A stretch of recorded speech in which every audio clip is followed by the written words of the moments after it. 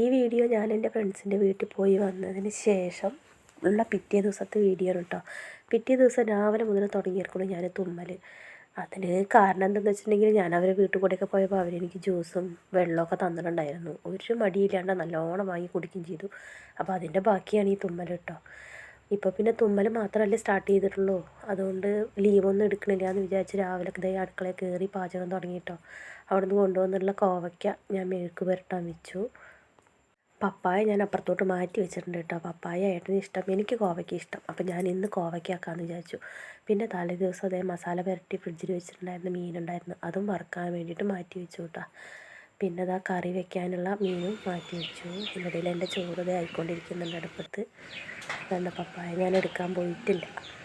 പിന്നെ ഇതേ എൻ്റെ കോവയ്ക്കല്ല കോവയ്ക്ക വള്ളി വെച്ചിട്ടേ ഉള്ളൂ കേട്ടോ. കാവത്തിൻ്റെ വള്ളി ഇതേ പൊങ്ങി വന്നിട്ടുണ്ട്. ഇന്ന് പിന്നെ അച്ചുവിന് ഉച്ചയ്ക്ക് പരീക്ഷ